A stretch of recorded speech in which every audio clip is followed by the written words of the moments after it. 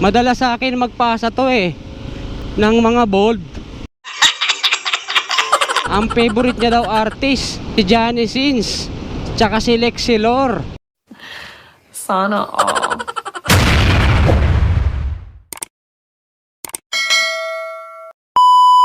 So yun nga no, what's up sa inyo mga paps. Andito na naman tayo para mag shoutout. Mabilis ang shoutout lang to mga paps. Gabi kasi ngayon, hindi ko alam kung okay ba ang ating video quality, dahil hindi ko pa to naset sa night mode.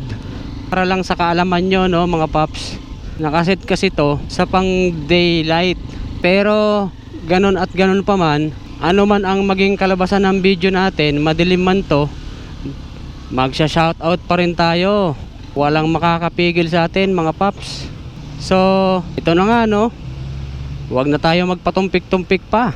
Para sa unang shoutout no, shoutout sa'yo Kalinog Heronimo. Kung nakasama to sa LRT bilang security, hanggang ngayon nakakita ko sa profile picture niya, matikas pa rin siya, parang hindi nagkakaedad. Wow! Lodi Pet Malo ka talaga. At para naman sa pangalawang shoutout natin, shoutout sa'yo Renier Rebeliosa aka Inyer. Bali kababata ko na rin to, pares kami lumaki. Mas may edad nga lang siya no kumpara sa akin, pero mas guwaping sa akin to. Oh my God! Wow! At maraming, alam mo na yon kung ano yung marami dati. Yeah, boy. So yun lang. Para sa pangatlong shoutout, shoutout sa'yo Dante Cabuyadaw. Bali motovlogger din siya no, nagbablog din siya. Ang channel niya sa YouTube, Lakay Dante TV. At full time siya bilang isang delivery rider. Dati rin siyang security guard, siguro nagsawa na rin, kaya nag full time na lang siya bilang isang delivery rider para makagala-gala. Para sa pang-apat na shoutout, shoutout sa'yo Kyle Matthew Tuason. Isa rin ito no sa kababata ko.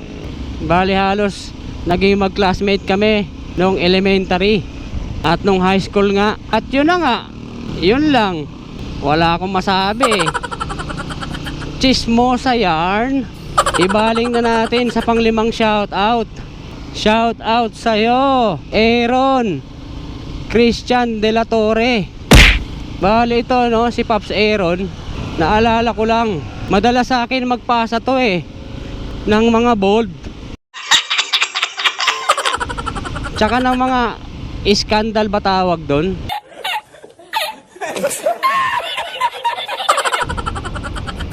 Sa katunayan nga ang favorite niya daw artist, si Johnny Sins, tsaka si Lexi Lore.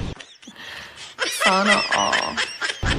So sa tuwing pinapasahan ako nito ng mga ganun nga, pagdating ko sa bahay, nakikita ni Mrs. yung mga pinasa niya sa akin na videos. Nayayari ako kay Mrs. Saan daw galing yung mga yon? Sabi ko hindi ko alam. Baka pinagtripan ako ng kasamahan ko. So yun lang, share ko lang no, Pops Aaron. Dumako na tayo sa pang-anim na shoutout.